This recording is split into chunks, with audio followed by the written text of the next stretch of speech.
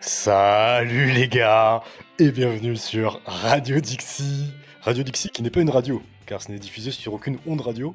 Oui, Mais bref, comment est-ce que bien tu vas, le Baptiste? préciser, ça va. C'était une radio web, ça se dit ça, radio web. C'est vrai, c'est vrai. Je pensais à ça hier soir en m'endormant.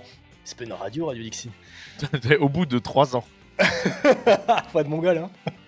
Au bout de 3 ans. Ah, en fait. Aïe aïe aïe. Et les gars, aujourd'hui, on va vous parler de la mort du streamer Jean Portmanov, JP. Et vous allez voir qu'on a un avis bien différent de tout ce que vous avez déjà entendu. On va enchaîner sur le gérant d'un parc de loisirs des Pyrénées-Orientales qui a été mis en examen après avoir refusé l'accès à 150 enfants israéliens. Puis on va réagir à un village entier dans l'Oise qui s'est mobilisé pour sauver un couple de retraités roués de coups par des cambrioleurs, à une récente intervention de Carlos Ghosn sur l'absurdité des dépenses en entreprise, ainsi qu'aux exaspérantes normes concernant les potelets pour malvoyants. Vous allez voir, il y a de quoi rigoler, même de quoi s'exaspérer. Et si on a le temps, on vous parlera de trous dans les plages. En France, dans différentes communes, il est interdit de faire des trous de plus de 50 cm dans les plages. On va vous donner les raisons. Et Creuser Baptiste dans le a sable. quelques chiffres pour vous à ce sujet-là. Et peut-être une dernière information concernant une cabane qui a été détruite dans les montagnes par l'État, détruisant le rêve d'une vie d'un jeune Français. Mais avant de commencer, mec, je voulais quand même rapidement vous dire que sur mon Patreon, vous pouvez retrouver un nouveau vlog à Montréal, au Québec, dans lequel je pars à la rencontre de Laurent, un youtubeur anarcho-capitaliste, mieux connu sous le pseudo de Viande Tiède. Multiculturalisme, entrepreneuriat, emploi, sécurité, c'est comment la vie à Montréal. Ça reste une ville, quoi. Police, justice, frontières, principes, exemples historiques et projections. L'anarcho-capitalisme n'est-il qu'une utopie? On fait un tour de son quartier rempli de Pakistanais, ainsi qu'un barbecue dans son jardin pour répondre à toutes ces questions. Et pour terminer, vous retrouvez aussi les 2 nouveaux épisodes du podcast hebdomadaire Les méchants capitalistes, dans lequel on aborde des sujets d'actualité tels que le décryptage de la croissance en Espagne, qui est en réalité due à un marché du travail bien plus libéral et flexible que celui de la France, ainsi que des sujets historiques tels que la catastrophe communiste tanzanienne, ça devrait t'intéresser ça Baptiste, qui une fois n'est pas coutume, a entraîné la démission du chef d'État du pays, admettant lui-même que le projet collectiviste ne fonctionnait pas. Ça fait pas mal de choses, mais je voulais te demander qu'est-ce qu'il y a de nouveau aussi de ton côté, Baptiste? Alors, Texas Hey, Jerky, Jerky. toujours disponible. Le meilleur snack protéiné en France. Toujours disponible sur jerkytexas.fr. À part ça, sur mon Patreon, récemment, j'ai fait une revue de matos de Macha Salaoudad où j'ai présenté le matos que j'avais utilisé, le setup, lunettes, caméra, fusil, munitions, etc. J'essaie de faire, en fait, j'essaie de faire plus de contenu pour Patreon. Donc, j'ai commencé à créer des petits formats que je rajoute en plus de ce que je produis habituellement. J'ai aussi fait un podcast d'1 heure avec Victor de la Gauloiserie sur tous les nouveaux calibres qui sont sortis récemment. Donc, on a parlé du 6.5 PRC, enfin des calibres PRC en général, des calibres ARC, du 7 mm backcountry, etc. Enfin, des nouveautés, quoi. Il a balancé des Donc conneries, voilà. la gauloiserie? Ça va, ça va. Là-dessus, sur ce sujet, tu vois, il Et est pro. sérieux? Donc, ouais. Donc, non, mais voilà. Donc, c'était sympa. Et puis là, il y a le nouvel épisode de No Country for Walkmen qui va sortir sûrement demain. Voilà. Et puis, bon, la semaine prochaine, pas mal de choses qui arrivent. Donc, voilà. J'essaye de faire pas mal de petits contenus Ah ouais, supplémentaires comme ça, quoi. t'as Voilà. enchaîné là. T'as enchaîné. Yes. Est-ce que tu veux te lancer dans la première actu? Allez. Non, ça fait longtemps qu'on n'avait pas fait une intro aussi courte, mec. Je suis sur le cul. Oui, c'est vrai. C'est vrai. On a été efficace. Bon, voilà quelques jours que le streamer Jean Portmanov, ou JP, a été retrouvé mort dans une maison située sur la commune de Comtes, près de Nice. De nombreuses questions restent en suspens après la mort de cet homme de 46 ans. Le streamer était filmé en direct sur la plateforme de diffusion Kik au moment où celui-ci a rendu l'âme après 300 heures de direct sur la toile. Jean Portmanov avait alors subi de nombreuses insultes et des gestes de violence répétés de la part de ses partenaires de streaming. Au lendemain du décès, une enquête a été ouverte par la justice. Qu'est-ce que tu penses de cette histoire de gros cas sociaux, Baptiste? Franchement, je vais dire là, ça m'a. Donc en fait, ce qui s'est passé, il y a eu cette histoire, une non-histoire pour moi, hein. Il se trouve que tu as fait un tweet pour dire, mais attendez, le mec était consentant, enfin pour rappeler des évidences, quoi. Et tu Ouais. t'es fait tomber dessus salement Et là, je découvre, donc du coup, je commence à m'intéresser et je découvre que la droite française, enfin, je ne me reconnais vraiment plus dans cette droite-là, ça devient n'importe quoi. C'est incroyable de voir que le camp soi-disant de droite a complètement oublié son pragmatisme, fait du sentimentalisme total. Là, c'est digne de la gauche. On parle de martyrs, etc. Mais de quoi on parle là? Mais sérieusement, et là, je leur en veux beaucoup parce que qu'est-ce qui va devoir se passer? Il va falloir que je dise du mal d'un mec mort. En fait, je vais devoir faire un boulot sale. Là, je vais devoir vraiment faire un boulot très sale. Je vais devoir parler mal d'un pauvre mec qui est mort pour rappeler des évidences à la droite et essayer de terminer cette hystérie collective de oh là là, le pauvre Jean Pormanov, le blanc de souche qui s'est fait massacrer en ligne par des Arabes. Non, non mais là, c'est de la folie. Vraiment, c'est incroyable. Et alors là, pour le coup, on se fait toujours accuser de récupération. Mais là, ce sera bien fait. Là, je suis désolé, mais là, c'est vraiment de la récupération pour le coup. Alors, on va démonter un à un et on va revenir sur des principes fondamentaux, ok? On va démonter un à un les arguments. Je vais vous dire tout de suite ma position. Ma position sur ce sujet, c'est que ce mec-là a vendu sa dignité pour de l'argent. Point. Il est responsable de ce qui lui arrive. Les gens, il n'était pas handicapé. Voilà, c'est le premier argument que je vois déjà dans le chat. Il était handicapé. Non, il n'était pas handicapé. Je vais revenir sous ces arguments. Donc, un adulte qui n'est pas handicapé est responsable de ses actes. Un homme adulte, on parle de quelqu'un de plus de 45 ans, un homme adulte non handicapé est responsable de ses actes. Ce n'est pas, s'il fait des mauvais choix, ce n'est pas de la faute de la société, ce n'est pas de notre faute, ce n'est pas de la faute des autres, c'est de sa faute. Et c'est incroyable de devoir répéter ça. C'est Il y a incroyable. plein de gens débiles qui font des bien meilleurs choix de vie. C'est incroyable de devoir dire ça à notre propre public. Je rappelle qu'un homme doit être tenu responsable de ses actes et de ses choix. D'accord? Jean Pormanoff, donc, on va commencer avec le début. Donc, c'est un blanc de souche, un français de souche. Ce n'est pas un français de souche.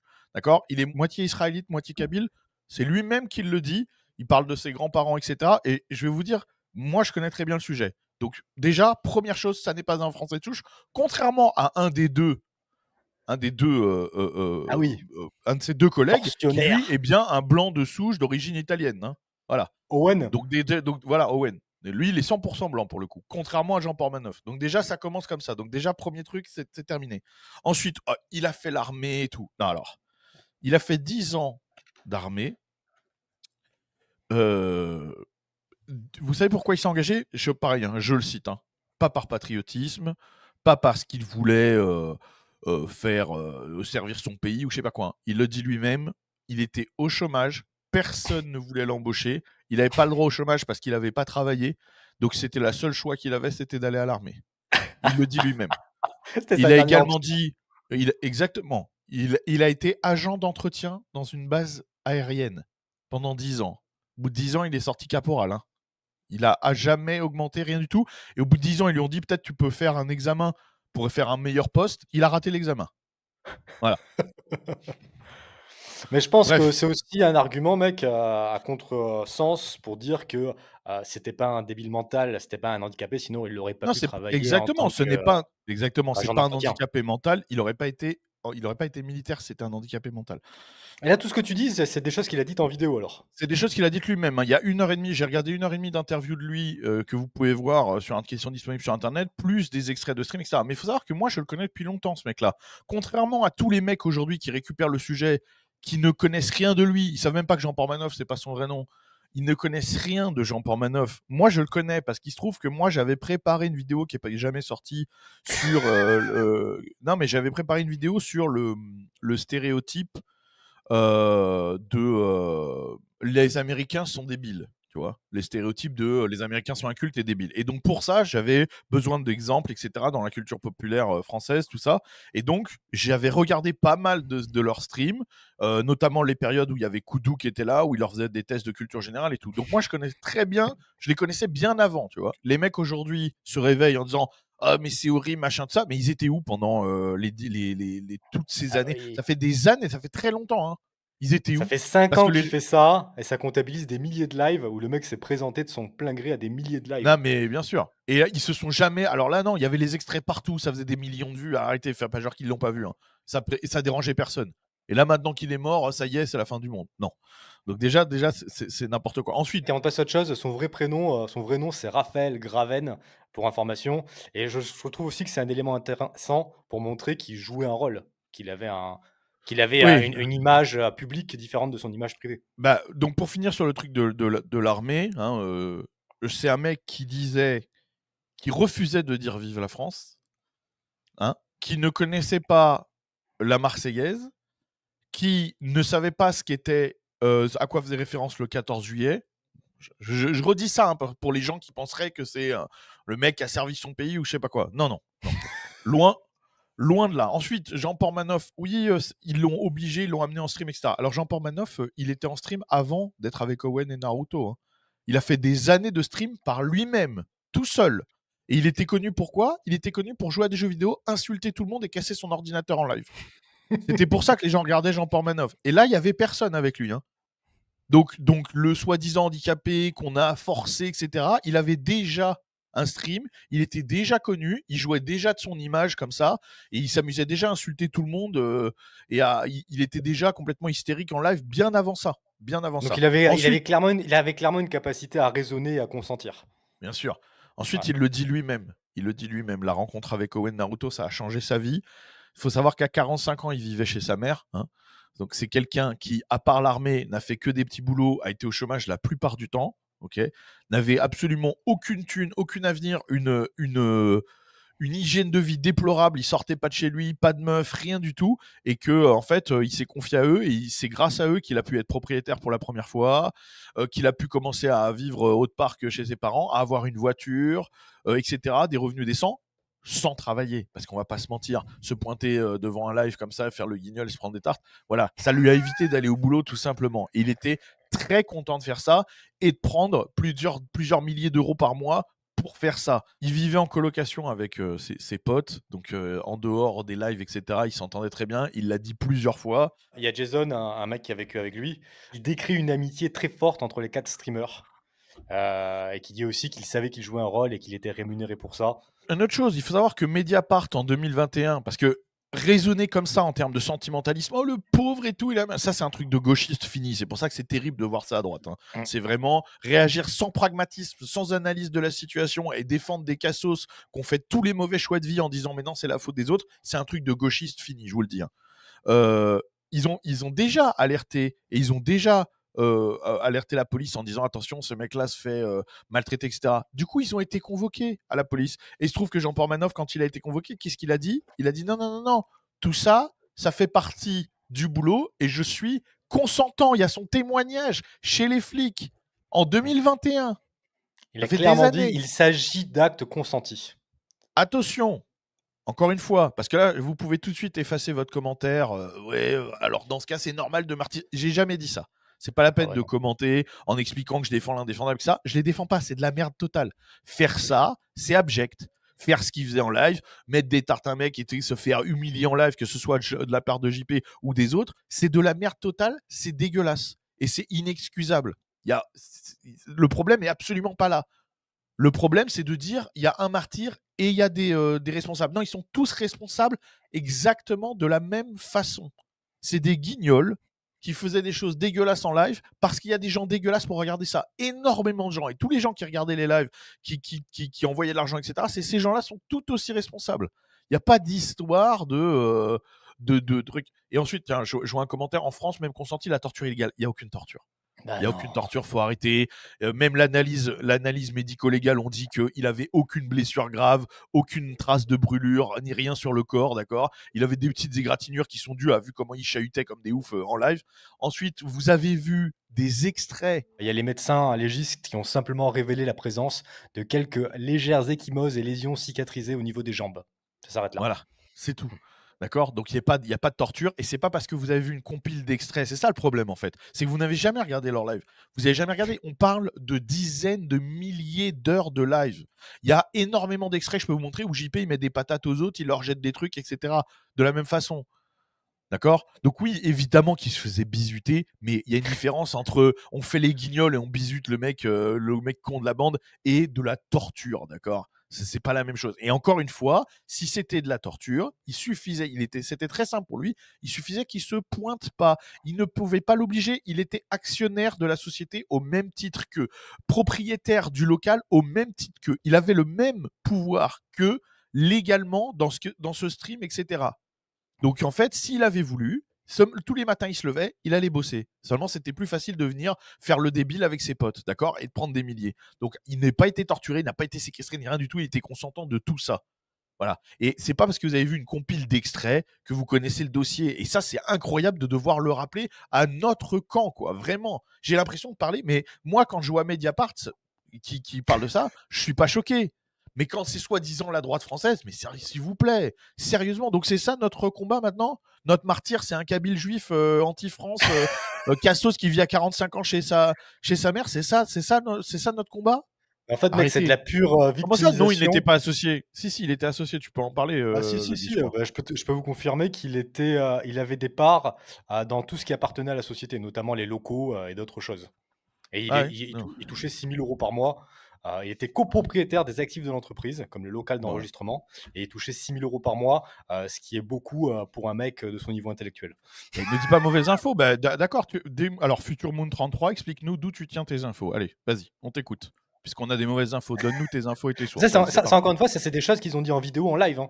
Oui, oui, bien C'est sûr. pas, Mais ça non, sort pas mais du film pool, Future hein. Moon 33, il a des meilleures infos. Donc j'imagine qu'il enquête sur le sujet. Donc qu'il nous donne ses infos. Qu'il nous donne ses Parce qu'en sources. fait, mec, là, on est vraiment dans la victimisation Non, mais en totale. fait, je me suis tapé. Parce qu'ils prétendent Ah, que c'est un petit blanc victimisé par des racailles de cité, alors qu'en réalité, c'est même pas un blanc, comme tu l'as très bien mentionné. Et en plus de ça, ils en profitent pour faire tout un truc anti-arabe, oui, c'est anti-musulman, ça. alors que ça n'a rien à voir. Ça n'a Ils rien à profitent de voir. cette victimisation. Et là, on va vraiment. Et quand je te dis, quand les gens vont dire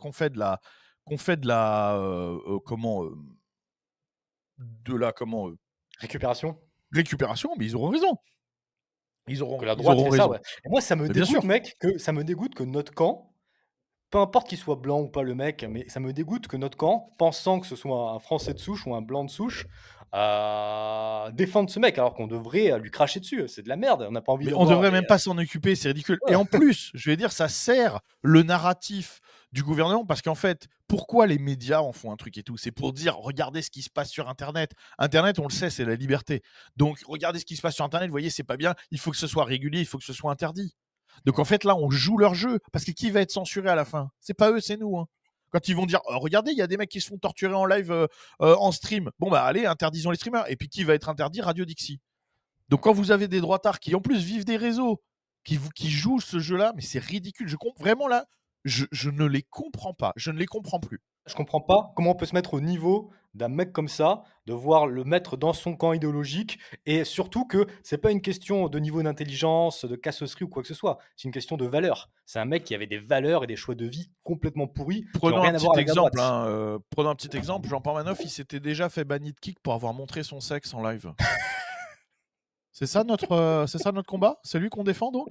Non, non, mais juste pour savoir. Hein. Juste pour savoir. Hein. Il est mort à 45 ans parce qu'il fumait 2 paquets par jour, qu'il buvait de l'alcool et des cafés, qu'il se sous-nourrissait, qu'il n'a jamais fait de sport, d'activité physique de sa vie, qu'il est resté assis sur une chaise pendant 20 ans. C'est ça qu'on défend donc. Ben Ce oui. niveau de cassosserie. Non mais s'il vous plaît, il le dit lui-même hein, dans une interview. Hein. Je pourrais pas faire, c'était l'interview, elle a 1 an ou 2. Il dit qu'il est dans une telle condition physique qu'il ne peut pas courir 100 mètres. Et ça, Il ne c'est peut pas courir 100 entièrement mètres. de sa faute, c'est entièrement de sa responsabilité. Je sais pas si vous voyez le niveau, on en est là. On en est là. Enfin, Et s'il vous donc plaît, quoi. À un moment là. tout le monde qu'il est mort à cause de sa condition physique, de son hygiène de vie, et pas du tout Oui. à cause des quelques claques et quelques béquilles qu'il a reçues en live. Et encore une fois, on n'est pas en train de défendre ça. C'est Bah oui. indéfendable. Mais c'est indéfendable pour la part de tous les gens qui ont pris part à cette chose. Et JP lui-même, JP, Owen, Naruto, ainsi que les viewers, c'est leur faute à tous. Et c'est pas la peine de sortir les arguments de là, parce que ce qui s'est passé à la fin, il faisait un marathon, un live marathon, d'accord. Le but c'était de rester, je sais plus combien de centaines d'heures en live. C'est de Donc faire un max de fric, le but. il y a des streamers qui font ça, il y a des streamers qui font ça, c'est-à-dire que la caméra elle tourne tout le temps, ils dorment en live, ils mangent en live, ils vivent en live, et voilà, il y a un marathon. À un moment, il en pouvait plus, il en avait marre, il a dit moi je veux me barrer et tout, et les autres lui ont dit non, non, et donc c'est là où les gens parlaient de séquestration, parce qu'il a dit à sa mère ouais il me séquestre, tout ça. Mais et les gars lui ont dit bah oui c'est vrai, nous on veut pas que tu partes, tu vois. Ça, ce sont des, comment dire, c'est des Tu pourrais, dynamiques de groupe. En tu fait, pourrais le dire si à un pote. demain, non mais Bah oui. oui, si demain, moi, le Guise et le Guise, on se dit, vas-y, on est tous les deux actifs dans une société, on se dit, on fait un marathon en live, etc. Et même si ça n'a rien à voir avec se mettre des claques et tout, et qu'au milieu du truc, il me dit, Montrer non sa mais bite. moi j'en ai marre, je veux me Ouais. barrer, je vais lui dire, non bah non, en fait, tu te barres pas. En Bah fait, non, oui. on a fait le truc ensemble, on a dit qu'on allait jusqu'au bout, on a foutu, on a tous investi dans le truc et tout, et bah non, tu On s'est restes. préparé, C'est la on même a chose. mis de Donc après, l'argent. on va me dire que je le séquestre. Voilà, faut arrêter. Mais Ça, c'est des je pense que des ça faux se serait trucs. plus trop produit dans le sens inverse. Comme je suis Que plus c'est moi qui aurais voulu rustique, partir. ouais, je suis plus rustique, je suis plus solide. Connard. Ah, Ce mais que nous, je veux on dire, ferait c'est pas que ça de toute façon. Nous, mais on non, ferait on pas ferait ça pas ça, parce qu'on a mais on a des dans vies en fait. mais dans le par exemple, ne serait-ce que pour le live qu'on a fait pour, Trump, même si on n'a pas une société Oui, commune, on a quand même donné notre parole d'homme, on s'est quand même engagé. voilà, c'est ça. Tu te barres pas en milieu du live parce que tu es fatigué. C'est ça exactement. Bref, donc voilà. Et effectivement, bah, et d'ailleurs, c'est marrant parce qu'il l'avait vu venir, parce que ses potes, ils savaient qu'il avait une condition physique déplorable. Ils ont essayé d'ailleurs de changer ça. Et un jour, je me rappelle, Owen, il lui a dit carrément, mais mec, moi, je veux que tu dises aux gens que si tu meurs en live, parce qu'ils y avaient pensé, parce qu'ils savaient que le mec était vraiment une loque, c'est que c'est pas de notre faute. Et ça fait des mois, hein, là, ça fait longtemps qu'il dit ça. Il dit parce que toi, quand tu t'énerves et tout, ça se trouve, tu vas faire une crise cardiaque, tu vois. Et ça, c'est à cause de ta vie de Cassos et c'est pas à cause de nous. Tu vois, tellement les mecs savaient que le gars était en PLS, tu vois. Donc, non, il n'était pas sous curatelle. Il n'était pas sous curatelle, Non, Jean-Paul c'est des Manoff, je le vois conneries. dans le live. On parle de Koudou, il y a Koudou, ça c'est un invité qu'ils avaient de temps en temps qui lui était sous curatelle. Et donc du coup, alors là, c'est pareil, il faut parler de la responsabilité du mec qui l'a sous curatelle, de l'envoyer à des lives comme ça. Mais peu importe, mais Jean-Paul Manoff n'était pas sous curatelle, non. Tu peux pas aller à l'armée si t'es sous curatelle, hein, je vous le dis, hein. Les gens ils vont te dire, OK, mais il était sous l'emprise psychologique. Mais moi je le dis, vous êtes un adulte, d'accord. Un homme adulte, vous n'avez pas de problèmes mentaux, il n'y a pas d'histoire d'emprise psychologique. Vous êtes responsable de vos actes. C'est tout. Là, il y a un moment, c'est trop. Du Bah, coup, là, dans ce cas, les gens qui font Colanta, c'est pareil alors. On les bah oui. affame sur une île et tout, ils sont sous l'emprise psychologique de la prod. Non, ils font le choix de venir, de participer et ils peuvent partir quand ils veulent. C'est la même chose pour lui. Il faut arrêter. Parce que dans ce cas, on peut décliner ça à tous les gens qui font des mauvais choix dans la vie. Ouais. D'accord. Les gens qui font du porno, alors c'est pareil, ils sont sous l'emprise psychologique, c'est pour ça on les oblige. Non, non, non. Vous faites Non, des mauvais choix, d'accord. Vous êtes responsable de ça. Point. ouais. C'est pas un Il enfant. avait, Non, mais c'est pas un enfant. C'est pas une femme battue. C'est pas un. D'accord. C'est un adulte qui était plus âgé que tous. D'accord. Arrêtons. Même Arrêtons. même s'il avait, admettons, 85 de QI, ça n'empêche qu'il avait À mon clairement avis, une il les avait capacité pas, mais de raisonner, de consentir, ou peut-être 80. oui, Parce qu'en fait, à partir d'un moment, tu peux même plus être efficace dans une organisation. oui, Je oui. pense qu'au-dessous de 75 de QI, tu pourrais même pas travailler à l'armée, tu leur ferais Mais perdre de l'argent. c'est Tu marrant sais, que tu parles de ses. Il y a un mec dans le live qui parle de ses dents. C'est marrant que tu parles de ses dents parce que dans cette interview, il raconte que c'est que seulement depuis qu'il travaille, grâce à Owen et Naruto et tout, qu'il fait du fric, qu'il peut commencer à soigner ses dents. Voilà. en plus. Vous voyez. Donc vraiment, enfin, sérieusement, passons à autre chose.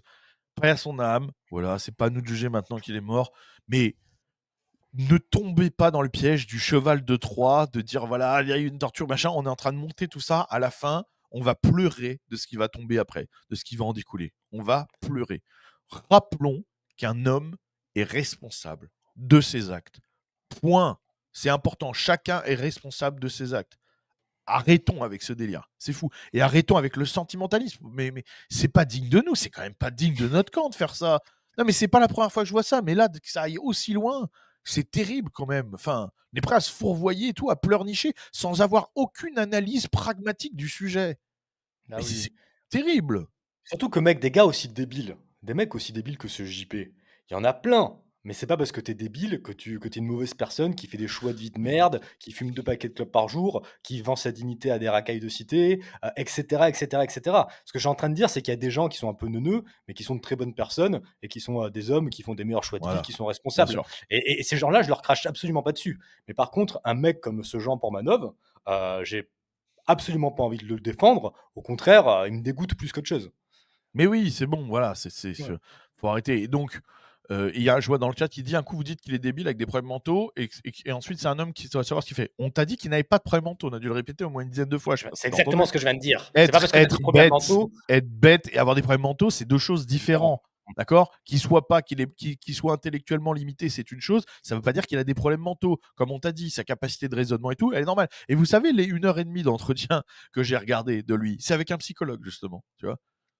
Tu vois, est-ce que tu crois qu'ils seraient venus sur l'émission et qu'ils n'auraient pas dit attendez, mais ce mec-là a clairement des problèmes mentaux, tu vois, plutôt que faire un entretien où il le fait parler, etc. Et c'est là On où va il avoue aller. plein de choses. Il avoue notamment quand il était jeune, il avait des tendances pyromanes, etc. Je vous en passe, hein, d'accord. Donc vraiment, non, mais mauvais choix de vie depuis le début, d'accord, depuis le Ouais. début. Encore une fois, Bref. je le répète, les gars, vous avez plein de gens qui sont un peu neuneux, qui ont de bien meilleures valeurs et qui font de bien meilleurs choix de vie. Et pour ça, il est entièrement responsable. En Et fait, je le c'est dis, c'est pas tout blanc ou tout noir. Tu peux pas être soit voilà, hyper exactement. intelligent ou soit un débile mental. Il y a des gens Exactement. débiles, et puis il est débile, et puis c'est tout. Mais c'est pas pour ça qu'il est pas responsable en tant qu'homme. Au contraire, il a Voilà. une capacité de raisonnement. Sinon, il pourrait pas avoir les échanges qu'il a dans tous ses lives, notamment avec le psychologue. Et je vais dire la dernière chose, parce que, et ça je le dis pour la rediff YouTube, parce que ça j'en ai marre de lire à chaque fois qu'on parle d'un sujet un petit peu tendancieux, ce genre de Mm. commentaires.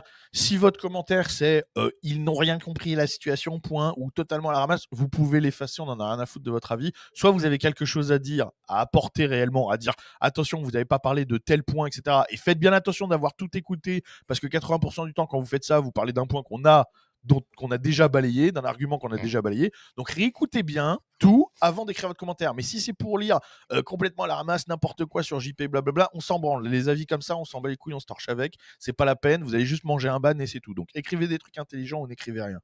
Est-ce que je peux résumer ça en disant en une phrase que Owen, Naruto, ou je sais pas comment ils s'appelaient ces gars-là, c'est des énormes merdes, mais lui aussi c'était une énorme merde, Exactement. malheureusement, et Voilà. on n'a absolument pas à le défendre.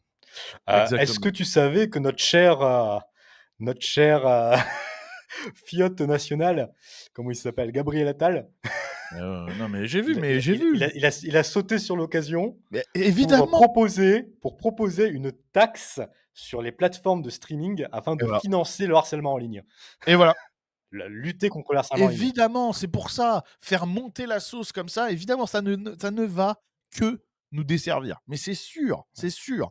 C'est incroyable de tomber dans des panneaux comme ça. Vraiment, je te jure, moi, je ne comprends plus cette part de la droite là. Je me reconnais pas. Ça fait Ah, plusieurs c'est grosses triste. affaires comme ça. Je suis désolé, hein, mais ça fait plusieurs grosses affaires comme ça. Alors, des fois, j'essaye de rien dire. Je me dis tiens, je vais juste pas en parler du tout parce que j'ai pas envie de faire du temps et tout. Mais là, non, là, c'est trop. Et en plus, ça m'a vraiment fait chier parce que de voir comment le Guy se prend un torrent de merde alors que c'est le seul à dire un truc sensé, c'est vraiment mais triste, vraiment triste. On Non, un s'était même autre, pas concerté, hein. Donc c'est non, vrai, non, pas du tout, pas du ouais. tout. Un autre qui a dit un truc sensé, c'est le patron du Parti de la France, voilà. Et c'est marrant parce que lui, il est pas très connu et tout.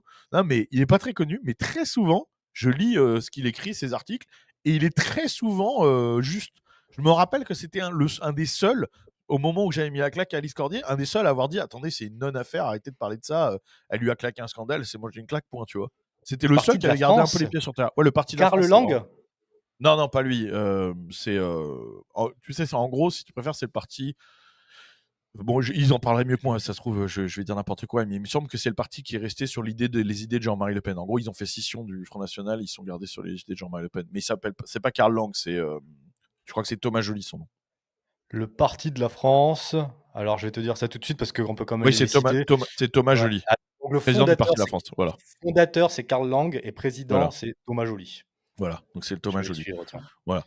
Voilà. Après, je suis pas en train de faire la promotion du Parti de la France, je connais pas assez leur truc ou quoi. Je vous dis juste que je sais qu'ils sont restés sur les premières C'est lignes du Front intéressant, ouais. National, il me semble. Mais tout ça pour dire que lui, en tout cas, voilà, c'est le seul avec le Guise que j'ai lu de tout ce que j'ai vu passer qui a C'est drôle, gardé quand les même. pieds sur terre. C'est incroyable quand même. Non, mais c'est fou, c'est fou. C'est pour ça que je dis, moi, vraiment, je me reconnais plus dans ce milieu-là. C'est terrible, quoi. Ça me fait honte. Ça me fait honte, Après, vraiment. t'insultes personne, hein. Tu donnes ton avis qui est ultra Non, cohérent j'insulte et qui personne, évidemment mais c'est partage. juste que c'est triste, quoi. C'est triste. Et sinon, mec, l'ARCOM, ils avaient été signalés plusieurs fois pendant ces longues années par rapport au supposé harcèlement qu'aurait reçu JP. Et à aucun moment ils ont agi. Ils sont beaucoup plus rapides quand il faut faire fermer la Ouais, bien chaîne sûr. de Papacito ou d'un autre influenceur d'extrême droite. Ouais, exactement. Ils en ont rien à foutre quand ça les concerne pas, tu sais. Mais là, tu sais, là, crois-moi qu'ils ont trouvé leur bébé, hein. Alors Quand c'est pas là, ils sont politisé, bien ah ouais. contents avec ça, ils vont bien pouvoir, l'utiliser, tu vois? Ça va L'homme être parfait. politique saute sur n'importe quelle occasion pour Ah taxer ouais. et légiférer. Mmh. Bah, d'ailleurs, je pense qu'on peut parler, on peut parler des trous dans les plages. Ce sera un bon exemple. Oui, oui, oui, oui. Tu veux, comment on fait, hein? Parce que du coup, on voulait vous passer un extrait, mais on peut pas. Bah, non, parce Tu que veux c'est passer l'extrait? TF1, malheureusement, les rediffs, elles font que sauter. Mais en fait, on peut vous expliquer. Oui. Il y a un petit qui a eu un gros accident, cette année, en creusant un trou dans une plage d'environ 1 mètre. Il a fini à C'est quelle plage, l'hôpital. tu te rappelles ou pas? C'était à Cap-Breton, si je me souviens bien, à OK, vérifier. OK. Et du coup, ils nous ont pondu quoi?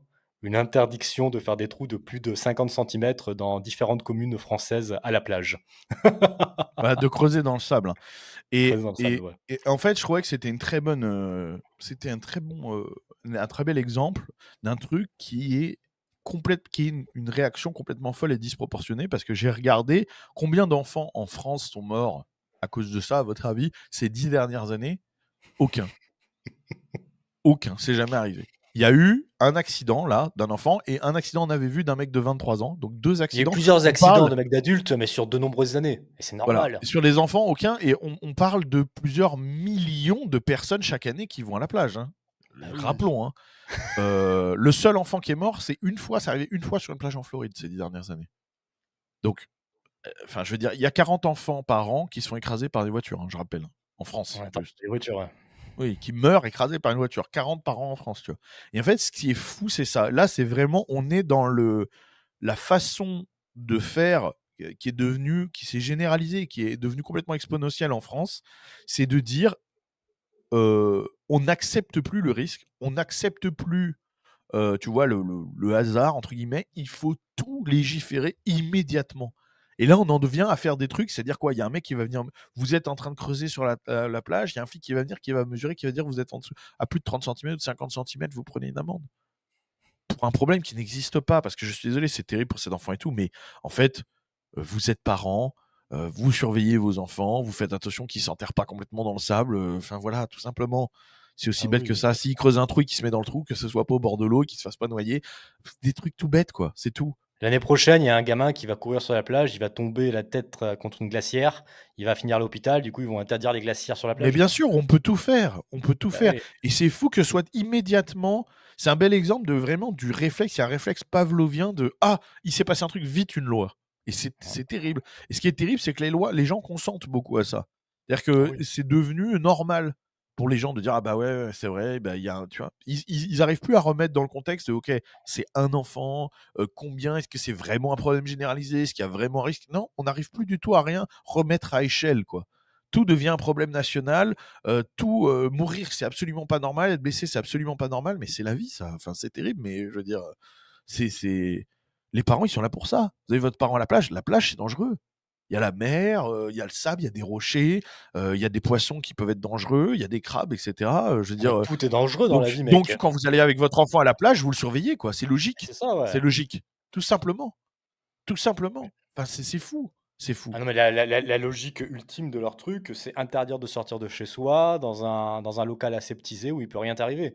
Je veux te dire, ton gamin, il sort, il va au McDonald's, il glisse sur une boisson, et il se fracture le crâne, c'est la vie, ça fait partie des risques de la vie, quoi. Tu peux pas Non, tout non, mais bien sûr. interdire, tout Bien contrôler. sûr. Ouais. Non, non, Aïe, non, aïe, mais aïe. voilà, c'est un bel exemple en fait juste de, vous voyez, il y a un truc qui est rien, on part de rien en fait, et ça devient une législation avec des amendes, des machins, mais et c'est ça qui rend ce pays invivable, parce que quand vous multipliez ça par le nombre de petits problèmes, etc., et c'est ce qui fait que tout est vous voyez, Interdit de tailler tes haies pendant une certaine période de l'année, interdit de laver ta voiture avec de l'eau, en face de chez toi, c'est n'importe non mais quoi. oui, c'est ça, c'est ça, c'est ça. Non mais c'est fou quoi, c'est fou. Là, Ah, c'est tu vrai sais que ce que c'était un j'ai vu, petit mec, exemple comme ça. récemment? Il est interdit. Attends, il est exceptionnel cet article. Il est interdit de Je sens que ça va mettre, pas me faire rire. ah ouais, non, ça va plutôt t'énerver qu'autre chose, mais je vais te le sortir parce Oui, que vas-y. ça vaut vraiment le coup. Ah là là là là. Affiche à vendre sur votre voiture une méthode efficace, mais interdite qui peut vous coûter cher. C'est un article de Capital. En France, pour des raisons législatives, tu as pas le droit de mettre à vendre sur ta voiture parce que c'est considéré comme une activité commerciale non déclarée. Non, mais vous vous rendez compte? Vous vous rendez compte? Non, mais on en est là. On en est là. C'est de 750 la euros folie. d'amende et la confiscation du véhicule. C'est- Théoriquement. C'est de la folie. Non, mais c'est ça. On vit Quel vraiment, mais enfer. on marche sur la tête. On marche sur la tête. Aïe, Je aïe, te aïe, laisse aïe, aïe. présenter le prochain sujet, je vais juste vérifier la clim. Ouais, bah, je veux bien que tu l'écoutes, du coup je t'attends. Et puis Baptiste est de retour, mais je voulais qu'il écoute quand même les informations de cette actualité pour qu'il puisse réagir Allez. en connaissance de cause. Jeudi 21 août, 150 jeunes vacanciers israéliens âgés de 8 à 16 ans se sont vus interdire l'entrée du parc de loisirs à Tivrovol, situé à Portet-Puymorand, dans les Pyrénées-Orientales. Le groupe, en colonie de vacances, avait réservé l'activité de longue date. Le gérant de l'établissement, Florent, 52 ans, a indiqué aux accompagnateurs refuser l'accès à son établissement à ces jeunes en raison de convictions personnelles. Ça, c'est ce qu'il aurait dit sur le moment, selon le parquet de Perpignan.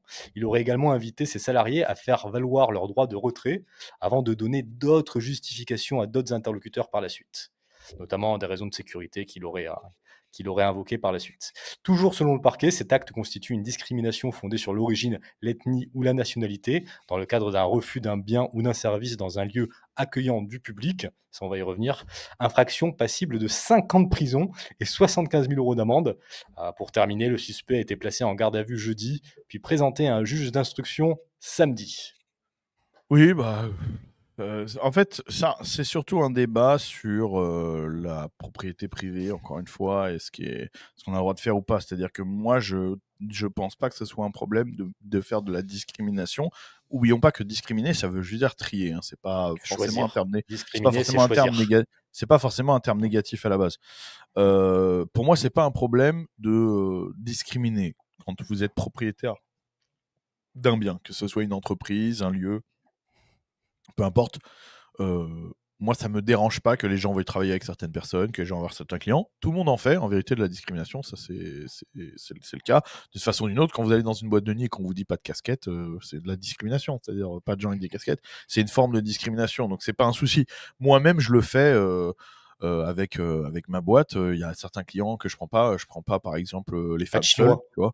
Ah oui, Non, mais ok. moi, je vais le dire, par exemple. Moi, je prends pas de réservation avec les femmes seules parce que, comme je passe beaucoup de temps avec les clients, tout seul dans la voiture, tout seul en pleine nature, etc. Ah. Voilà. Aujourd'hui, avec toutes les fausses histoires de, tu vois, tu sais, pour faire de l'argent, je prends aucune femme seule, comme ça, moi, je suis pas emmerdé. Surtout qu'il y a moyen qu'il y ait une fille de pute de gauchiste qui Oui. réserve pour venir avec toi et s'inventer une Ouais, histoire ou de harcèlement n'importe qui, sexuel ou exactement. Voilà, c'est d'attouchement ça. sexuel, ouais. Donc, moi, Ouais. je fais pas ça. Je prends pas le risque. De toute façon, c'est pas le gros de ma clientèle, mais c'est un exemple pour dire, vous voyez, on sélectionne, en fait, on discrimine finalement.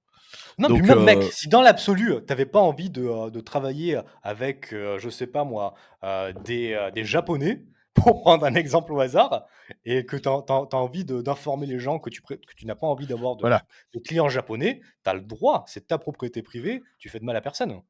Voilà. Après, moi, ce qui me gêne en tant que professionnel dans la situation là, c'est que le gars prend la réservation, donc les gens ont certainement donné un acompte, tout et tout.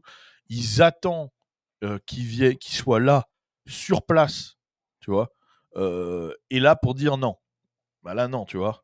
Euh, À sa défense, il est passé par ils ont réservé via un tour opérateur, donc il y avait peut-être un problème de communication à ce moment-là. Mais la réalité, mec, c'est que comment il s'appelle? Ce Florent, j'ai probablement des idées opposées aux siennes. J'ai l'impression que c'est un énorme gauchiste qui défend à cœur et âme la cause palestinienne et compagnie. Oui, Mais oui. n'empêche que je pense qu'il a le droit de choisir avec qui il a envie de travailler. Et en fait, dans un monde libre, dans un vrai monde libre, il pourra indiquer sur son site internet, ou il pourrait indiquer à l'agence de tourisme, au tour opérateur, qu'il n'a pas envie de travailler avec des Israéliens. Point. Le En fait, problème, c'est qu'il voilà, peut pas faire ça. Il peut pas faire s'il ça pouvait maintenant. faire ça, exactement. Ouais. S'il pouvait faire ça, voilà, ça serait plus simple. Mais encore une fois, voilà, moi, ce que je soutiens moins, c'est le côté le dernier moment, parce que là, les gens, tu les mets dans la merde et tout, et il faut être clair dès Ah, le mais c'est début, ça. tu vois, tu t'arranges pour pas prendre la réservation. Dans tous C'est les un cas, c'est de gros la merde. groupe et tout. Bah oui, Oui, dans tous les oui. cas, c'est des gamins, peu importe leur origine. Dans tous les cas, Ah, c'est même les le fait gamins en plus. en plus, c'est 150 gamins qu'il n'a pas accepté, etc. Mais en fait, la question, elle est de dire que nous, on ferait pas ça, qu'on pense Non, que c'est de la merde ce qu'il a fait, mais par contre, il fait ce bien qu'il veut avec sûr. sa propriété privée, il n'a pas C'est ça, à en être fait. pénalisé pour ça. C'est ça. C'est ça. Hmm. C'est ça, exactement. On devrait lui donner un petit conseil. Il devrait mettre un logo palestinien sur le logo de son entreprise. Comme ça, il n'y a pas d'Israéliens qui réserveront. C'est vrai. S'il était plus explicite, c'est vrai. On Non, mais pourrait après, replacer la loi comme ça. ça peut servir à un truc quand même, c'est que moi, là, il y a un truc qui me gêne un petit peu, qui s'est généralisé. C'est la. En fait, j'ai l'impression qu'on oublie. C'est marrant comment on a des œillères très chronocentrées en fait sur l'actualité et tout. Comme je m'explique, c'est que les gens ne voient que par ce qui se passe en ce moment, sans prendre un petit peu de recul sur ce qui s'est passé, etc. Et là, quand je vois par exemple de plus en plus la droite défendre l'antisémite, enfin, la lutte contre l'antisémitisme, dire qu'il y a un problème avec l'antisémitisme, etc. Quand je vois les juifs soutenir plus des politiques de droite aujourd'hui, de droite ferme, tu vois, en disant il y a un problème avec l'antisémitisme des Arabes, en gros, on va pas se mentir, de l'immigration, des musulmans, etc. En fait, on oublie peut-être que c'est aussi à cause des Juifs qu'on en est là. Hein. Je rappelle que quand Le Pen était au second tour en 2002, vous savez combien de pourcentage de Juifs ont voté pour lui? C'est 0%, je pense. Quasi 0%, moins de 1%. Ils se sont tous battus corps et âme contre l'extrême droite au pouvoir. Vous savez combien de procès Jean-Marie Le Pen il a eu par des institutions juives? L'UEJF, le CRIF, la LICRA, etc. À l'époque, pendant des années, la communauté juive en France, elle s'est battue contre l'extrême droite et c'était nous, soi-disant, les antisémites. Et aujourd'hui, ils nous ont empêchés pendant des années, ils ont fait tout ce qu'ils pouvaient pour pas qu'on soit au pouvoir, pour pas que les mesures de droite soient prises et tout. Ils se bouffent la politique, du coup, immigrationniste, etc. Ils se retrouvent avec de vrais antisémites pour le coup. Et là, au secours, maintenant on est de droite, il faut s'allier avec Zemmour, le Front National, etc. Et surtout, quand je vois, et je l'avais dit à l'époque, le Front National faire une marche contre l'antisémitisme, je me dis, mais vous êtes cons, quoi. Cette marche contre l'antisémitisme, la même, elle était faite contre vous à l'époque. Tu vois? Quand j'étais jeune et qu'encore la majorité des juifs, c'était Parti socialiste et compagnie, je comprenais pas comment tu pouvais être juif et voter Parti socialiste en France. Mais c'est ça, on oublie plein de choses. Je rappelle des trucs plus. Mais les juifs manifestaient. Alors, on dit les juifs, évidemment, c'est toujours pareil. C'est des tendances, Oui. des groupes juifs, etc. Tous les juifs, non, mais il y avait quand même des certains nombres de juifs qui venaient manifester devant les cinémas en France à la sortie de La Passion du Christ, parce que c'était un film antisémite, soi-disant. Je rappelle, hein. Donc là, les antisémites de l'époque, c'était nous, soi-disant. C'était les catholiques. D'accord? Les mecs qui se sont battus pour que Monseigneur Lefebvre, etc., soient condamnés. C'est les juifs. Ce que tu es en train de nous dire, c'est que cette grosse majorité de juifs français qui votaient à gauche dans le passé, Et aujourd'hui aujourd'hui, ils ils votent à bouffent. droite. Aujourd'hui, ils votent à droite, pas par principe, mais par utilitarisme, pour défendre leurs C'est intérêts. juste qu'ils se prennent. Tu sais, c'est comme les profs qui se prennent des claques par leurs élèves et qui pleurent en disant qu'il y a une montée de. Tu sais, il y a une montée de la violence. Alors qu'ils les ont éduqués l'un dedans depuis des années. C'est ça, tu vois. Là, il fallait se réveiller avant. Tu vois, si peut-être les juifs avaient pas complètement détruit l'image de Jean-Marie Le Pen en disant que c'était un antisémite, un nazi, en parlant du point de détail, en parlant de tout ça, en faisant des procès et tout, peut-être qu'il aurait eu meilleur code, peut-être qu'il aurait été élu, même, on sait pas, tu vois. Donc à un moment, je veux dire, Bon, après, ça représente pas un grand nombre de votants, mais Exactement, exactement. Mais par contre, sur la campagne médiatique contre lui, ils ont eu vraiment une ah part oui. importante. Donc, ce que je veux dire, c'est juste que moi, ça me paraît toujours. Aujourd'hui, ça me paraît grandiose de voir des droitards se battre en disant ouais, il y a un problème avec l'antisémitisme, etc. Non, non, attendez, c'est pas ça le problème, d'accord? Et ne tombez pas dans ce panneau, parce que, comme je dis, un coup les antisémites, c'est les Arabes, et un coup c'est nous. D'accord? Ça dépend de qui, tu vois, de quelle mouche les a piqués. Donc c'est trop facile de venir se réfugier aujourd'hui dans le camp de droite quand ils ont fustigé la droite pendant des années. C'est trop facile, tu vois. C'est bref. De toute façon, ça a toujours été, malheureusement, la grosse majorité des juifs, ça a toujours été des gros socialistes mentaux qui votaient à gauche. Aujourd'hui, En France, oui, RN, attention, attention, on parle en en France, France. c'est pas aux États-Unis. Aux États-Unis, ça n'a rien à voir. Les États-Unis, Aux, c'est un petit peu différent. aux États-Unis, c'est très à droite Mais quand en même, France, les juifs depuis longtemps. ah Mais oui, ça dépend. À New York, pas forcément, c'était du 50-50. c'est Maintenant, vrai, c'est c'est vrai. passé à droite. Mais Ça comme je te dépend dis, des ça régions. dépend un peu de, tu vois, ça dépend de ce qui se passe, parce que aux États-Unis, Mais en c'est tout cas, pareil. aux États-Unis, tu as des gros influenceurs juifs en mode Prager, Oui, oui. Dennis Prager, ou comment il s'appelle l'autre, le petit. Tu sais pas comment il s'appelle l'autre influenceur juif ultra connu? Bah si, Ben Shapiro. Dennis Prager, Ben Shapiro, et c'est des mecs qui sont quand même très à droite, très conservateurs, mais ils disent leur pays Oui. c'est Israël avant les États-Unis. Et, Et voilà, c'est ça. la Ça aussi, seconde c'est chose un mais souci. oui, mais ça dans l'absolu, c'est un souci, mais on peut pas leur reprocher dans l'absolu. Si, Voilà, parce ça que c'est si ton premier discutable. pays, c'est un autre pays, il faut aller y vivre, tu vois. Ah oui, ça c'est C'est vrai, ça ouais. aussi le Ça truc. c'est vrai. C'est Ça, c'est ça vrai. le truc, c'est C'est qu'à la un logique, ouais. moment, tu vois. Mais Moi, c'est comme si moi maintenant je dis, c'est comme si moi demain je suis connu aux États-Unis, je suis un gros influenceur et que je dis bah non, moi mais les intérêts que je défends d'abord, c'est ceux de la France, bah fallait rester en France, tu vois. donc toi, tu dirais jamais que la France, ça passe avant les États-Unis maintenant que tu vis aux États-Unis? Bah non, je peux pas dire ça Ouais, parce ouais. que si vraiment c'était le cas, il faudrait que j'aille en France, tu vois. Ça serait cohérent. Ouais, ouais. Le mec, le juif qui me dit moi le sort d'Israël est très important pour moi. Bah oui, j'entends Mais bien, parce America qu'ils disent le First. pays, etc. Mais America First, si t'aimes l'Amérique. Ouais. Ah oui, c'est comme Après, je ça. pense qu'il y en a comme ça des juifs aussi aux États-Unis, si je me trompe pas. Mais, C'est le cas mais de pareil. certains juifs, Ouais. évidemment. Il y a des juifs qui s'en branlent d'Israël, qui n'ont jamais été. Ça existe aussi, bien sûr. Ouais. Mais c'est vrai qu'en France, on a eu une histoire, on a eu un historique de juifs à gauche, etc., qui en plus ont été très militants, parce qu'il ne s'agit pas juste d'être à gauche, c'est qu'ils ont été très militants, très virulents vers l'extrême droite. Et c'est pour ça que quand je vois aujourd'hui la droite les défendre, je me dis, ouais, les gars, tu vois, c'est un peu facile. Voilà, tu vois. Mais en fait, C'est vraiment un peu. idéologiquement, mec, ils ont pas tant changé que ça. Ça reste des gros socialistes, des gros progressistes qui n'aiment pas les Ça Arabes. dépend, ça Et ça, dépend c'est lesquels, tu vois.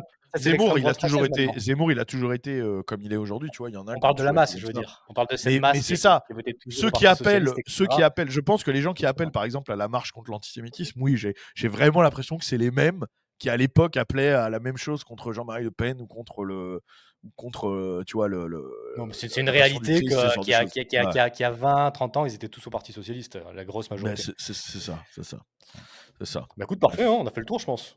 Ouais, ouais. Maintenant, on va vous passer un petit extrait. Alors, c'est un petit extrait sur un village entier dans l'Oise qui s'est mobilisé pour sauver un couple de retraités roués de coups par un cambrioleur. Derrière ces murs, 4 cambrioleurs ont fait subir un calvaire à un couple de retraités. C'est Reynald, leur voisin, qui y a mis fin. 5 mètres avant d'arriver chez moi, j'ai entendu des gémissements derrière la haie. Je me suis arrêté, j'ai tenu mon chien et là j'ai entendu des bruits atroces d'une personne qui se faisait tabasser. Le temps de chercher un escabeau, il parvient à jeter un œil de l'autre côté. Voilà, juste un coup d'œil. Et découvre son voisin mal en point. J'étais sur l'escabeau, je l'ai vu, la tête déformée, du sang partout. Il était pieds nus, il boitait, il était touché à la jambe. Repérés, immédiatement les voleurs prennent la fuite. Ses fils et lui préviennent les gendarmes, mais aussi les clients de ce bar. Il passe aussi un coup de fil à son oncle. Comme tous les habitants du village, ce dernier prend tout de suite la mesure du drame qui vient de frapper leur voisin. Tout le village se lance à leur trousse. Certains à pied, d'autres en voiture sur les routes carrossables. Et lui, avec son véhicule tout-terrain, coupe à travers champs. Et comme les jeunes les avaient poursuivis, on les a acculés là dans le bois, juste en haut. La gendarmerie après a fait le tour, s'est mis en haut, a réussi à en attraper 2. Et après avec la brigade cynophile, ils ont attrapé le 3e. Les gendarmes saluent la mobilisation des habitants. Le couple de 73 et 74 ans a été soigné à l'hôpital de Compiègne. Une ambulance les a ramenés chez eux. 3 suspects âgés de 17 à 20 ans ont été placés en garde à vue. Alors, Baptiste. Ouais, ça me fait rire parce que je reconnais les gens de chez moi, vraiment, parce que c'est chez moi, tu sais. Et je reconnais vraiment le vieux dans le buggy, là, c'est vraiment les types avec qui j'ai grandi. Donc ça me fait rire. Ouais, ça me fait rire. La façon dont ils parlent et tout, ça me rappelle les souvenirs. Mais c'était simplement pour dire, on peut agir. Vous voyez, souvent, quand je parle de se défendre, etc., d'agir et tout, le point de vue général, c'est toujours, mais non, mais si tu fais quelque chose, tu vas avoir des problèmes, etc. Vous voyez, ils ne se sont pas posés de questions. Les mecs ne se sont pas posés de questions. Allez, il faut les choper, c'est parti, tu vois. Et il y a plusieurs mecs avec des couilles, et plusieurs mecs avec des couilles, bah ça fonctionne. Même quand ils ont 60 piges, tu vois. Donc imaginez des mecs de notre âge, tu vois, avec notre condition. Donc il ne faut pas se poser de questions comme ça. Si ça arrive, quand vous voyez ce genre de choses, il faut faire ce qu'ils ont fait. Il faut intervenir. C'est trop facile d'utiliser l'excuse de non, mais c'est moi qui vais avoir des problèmes, c'est moi qui vais être condamné. Même si c'est le cas, ça vaut quand même le coup d'intervenir. On laisse pas des gens, des pauvres vieux, se faire torturer par des monstres comme ça. Il faut intervenir. Donc, appelez les copains, être prêts, allez-y. Je voulais montrer ça parce que je voulais montrer vraiment que on peut faire des choses, tu vois. Et la réalité, c'est récemment que même, s'ils avaient pas agi, mec, la ça aurait gendarmerie, sûrement continué. elle les aurait probablement pas arrêtés. Non, et puis ça aurait Déjà, continué. ça aurait continué. Ouais, ils ont agi pour 2 choses. Ils les ont fait fuir et en plus, ils les ont rattrapés. Et ce que je veux dire, c'est que là, si tu appelles la gendarmerie, les mecs, ils ont le temps de se barrer avant qu'ils arrivent. Hein. Exactement. Et puis même sur le home defense, sur la défense de domicile, très souvent les gens me disent bah ouais, mais si tu te défends, c'est toi qui vas être et tout. On vous fait croire beaucoup de choses comme ça, mais c'est pas que comme ça. Honnêtement, il y a pas longtemps, j'avais donné l'exemple quand moi j'ai parlé de la défense de domicile, les gens me disaient mais si tu tires avec un 12, si tu te fais home jacker comme ça, tu vois, comme par exemple là dans leur situation, et que tu tires avec ton arme et tout, tu vas pas être en état de légitime défense. Si la nuit il y a des gens qui rentrent dans vos domiciles déjà de base par intrusion et tout, et qui en plus menacent votre femme ou les tabassent, etc., et que vous vous servez votre arme, vous êtes en état de légitime défense. Et je vais même vous dire, la preuve, l'article que je donnais, c'est un agriculteur qui a tué carrément en tirant à la chevrotine, qui a tué un de ses assaillants, et qui a été entièrement relaxé pour légitime défense en France, je dis bien, en France. Donc la loi le prévoit. Évidemment qu'il y a des que c'est compliqué à faire valoir si jamais les mecs vous ont pas menacé, ils sont pas en train de tabasser votre femme, etc. Ils sont juste en train de piquer. Tu peux pas arriver dans son dos et lui mettre un coup de douce, je suis d'accord. Vous pouvez quand même les menacer, vous pouvez quand même faire des choses. Parce que moi, j'avais partagé l'extrait de comment elle s'appelle la chanteuse, c'est une chanteuse de R&B français, là, j'ai oublié son nom, Vita, qui disait ils sont rentrés chez elle avec des battes de baseball, elle était avec son bébé, d'accord, ils sont rentrés chez elle avec des battes de baseball, ils les ont menacés avec des battes de baseball pour les trucs. Là, je suis désolé, mais à 3 la nuit avec des battes de baseball, vous êtes avec votre enfant, vous pouvez sans problème utiliser votre arme, je peux vous assurer que ce sera En fait, considéré comme de la dans cette légitime défense. situation, t'as même pas à penser si tu as le droit ou pas. Tu Et défends ta voilà. progéniture. Alors là, c'est mon premier point de vue. Moi, le problème, déjà, c'est que si vous commencez à vous poser cette question, vous faites déjà partie du problème. Parce qu'en vérité, il n'y a pas de questions à se poser. Normalement, vous n'êtes pas en train de vous dire alors, est-ce que je laisse ma femme se faire violer? Est-ce que je la laisse se faire tabasser à coups de batte devant mon gosse pour pas aller en prison? Non, mais même si le risque, c'est la prison à vie, non, mais on se pose pas la question normalement. S'il y a des mecs qui rentrent chez moi alors qu'il y a ma femme et ma fille avec des battes de Bah, baseball, mais évidemment. si je peux leur exploser le crâne, je leur explose le crâne. Exactement, il n'y a pas à se poser de questions. Exactement. Mais tout ça pour vous dire que, vous voyez, on peut agir. Donc il ne faut pas tomber dans cette espèce. Il y a une espèce d'excuse à la lâcheté maintenant, tu vois. Chaque fois que je parle de ça, chaque fois que je parle d'intérieur, le commentaire que je reçois en masse, c'est toujours, quand je dis par exemple, il y a un mec qui se fait agresser dans la rue, une fille qui se fait agresser dans la rue, il faut la défendre. À chaque fois, le commentaire que j'en masse, c'est ah ouais, mais après, c'est toi qui vas être responsable. Mais arrêtez de vous cacher derrière ça. Ne vous cachez pas derrière ça. D'une, la question ne se pose pas, peu importe. De deux, c'est pas si simple que ça. C'est ce qu'on essaye de vous faire croire justement pour éviter que vous bougiez. Mais je peux vous assurer que c'est pas tout blanc ou tout noir. Il y a une grande zone de gris dans laquelle on peut se défendre.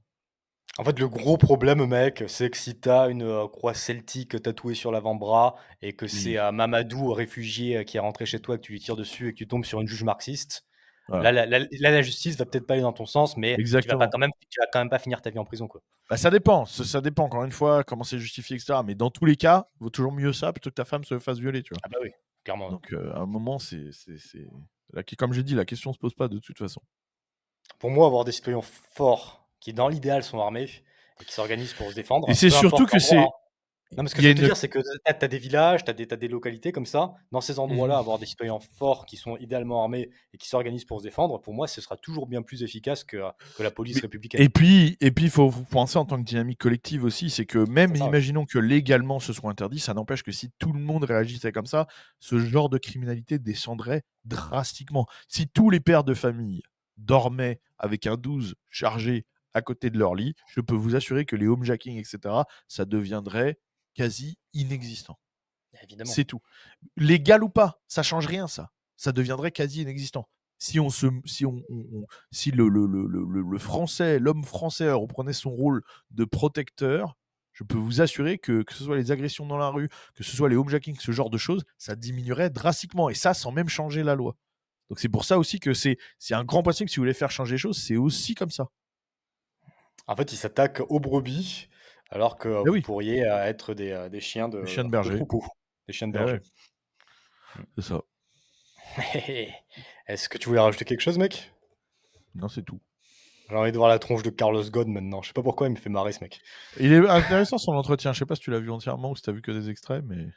Je l'ai pas vu en entier, mais ça peut être intéressant. Le truc, c'est que là où il est passé, là... Enfin, cette chaîne YouTube, c'est des entrepreneurs parisiens et c'est quand même des gros progressistes, des gros bobos. Donc en général, je regarde pas. Mais peut-être que celui-ci est intéressant. Carlos Ghosn, il a pas l'air ultra progressiste. Ah non. Il me fait rire en tout cas quand il parle. Ça, c'est un truc qui est assez fabuleux dans les entreprises qui sont en difficulté. Il y a ce que les Anglais appellent penny wise and pound foolish. C'est-à-dire que les gens sont extrêmement sages et précautionneux sur les petites dépenses. Par contre, sur les grosses dépenses, vous pouvez faire ce que vous voulez. Hein. Moi, quand je suis arrivé chez Nissan en 1999, il n'y avait pas d'air conditionné en été. Ils avaient coupé l'air conditionné pour réduire la facture d'électricité. Il y avait une machine à photocopier par étage. Donc, les gens faisaient la queue pour faire une photocopie. Ils distribuaient les crayons de manière parcimonieuse. Enfin, c'était ridicule. Hein. Hein. Par contre, à côté de ça, le système d'achat sur un chiffre d'affaires de 40 milliards, Nissan achetait pour 20 milliards de dollars. Le système achat était complètement décousu. Et vous savez qu'on a réduit cette facture achat de près de 20% en 3 ans. Alors 20% sur 20 milliards, ça fait 4 milliards, alors que toutes les économies de bout de chandelle, ça représentait même pas 100 millions de dollars. Il n'a pas une tête. Ça vous... S'il y a des gens qui rentrent chez lui, il n'a pas une tête à se cacher dans l'armoire et à appeler la gendarmerie. mais non, mais c'est surtout, ça vous rappelle rien à ce qu'il dit? On dirait qu'il parle de la France. On dirait qu'il parle de l'État français. Je sais pas, j'espère que vous avez écouté ce qu'il disait et pas juste bloqué sur Carlos Ghosn. Écoutez ce qu'il dit, parce que là je vois dans les commentaires, mais les libertés, mais le machin, les geôles et tout. Vous avez écouté ce qu'il a dit ou vous êtes juste bloqué là-dessus? Parce que ce qu'il dit, c'est ultra intéressant, beaucoup plus intéressant que ces affaires au Japon dont on n'a rien à branler. Hein, je vous le dis. Enfin, moi, j'en ai absolument rien à branler. Ce qu'il dit, moi je trouve ça délire. On dirait exactement. On dirait qu'il parle exactement de l'État français. C'est-à-dire que les mecs font des dépenses faramineuses dans des trucs incroyables et ils vont faire des économies sur il faut qu'on supprime un jour férié. Tu vois. Mais c'est ça. Non mais on est d'accord. C'est de la folie. Il faut faire un jour contributif. Il faut augmenter telle taxe. Tu vois. Alors qu'à côté, il y a des dépenses complètement folles qui ne servent à rien. Et en fait, c'est marrant parce qu'en fait, à tout structure à grande échelle a ce genre de problème et on le voit, tu vois, c'est-à-dire qu'ils ont le problème dans des grosses sociétés qui sont gérées comme ça et nous on a le problème à l'échelle de l'État, mais à l'échelle de l'État c'est gigantesque quoi. À l'échelle de l'État c'est exponentiel comme tu le dis, mais en plus c'est avec notre argent. Bah oui, c'est ça.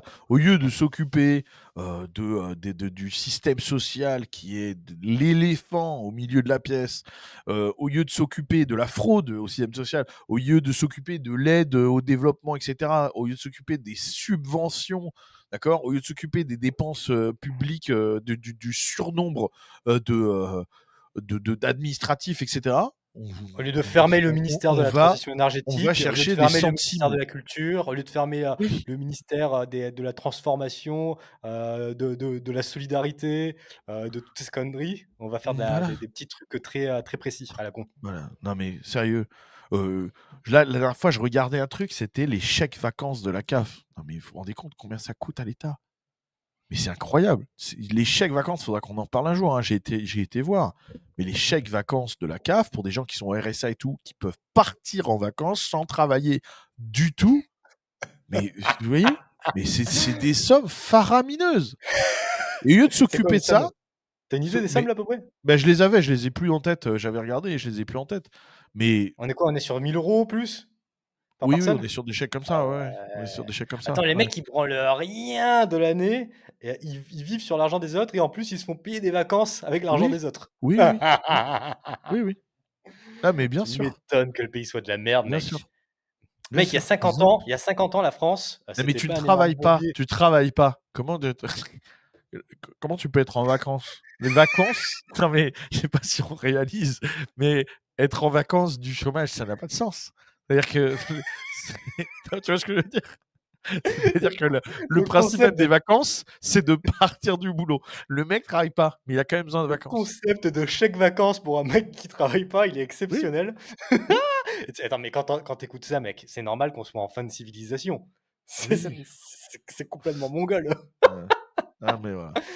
Bref. Tu sais qu'il y a 50, 60 ans, mec, la France, c'était aussi riche que les États-Unis. Il y avait plein de développement économique. Les gens venaient pour travailler, pour investir. Et en fait, on a tellement mis de socialisme année après année, décennie après décennie, qu'on en arrive à des chèques vacances pour des mecs qui touchent la CAF, qui travaillent pas et qui en plus ont 50 autres aides sociales pour la rentrée, pour le logement, pour le ci, pour le ça.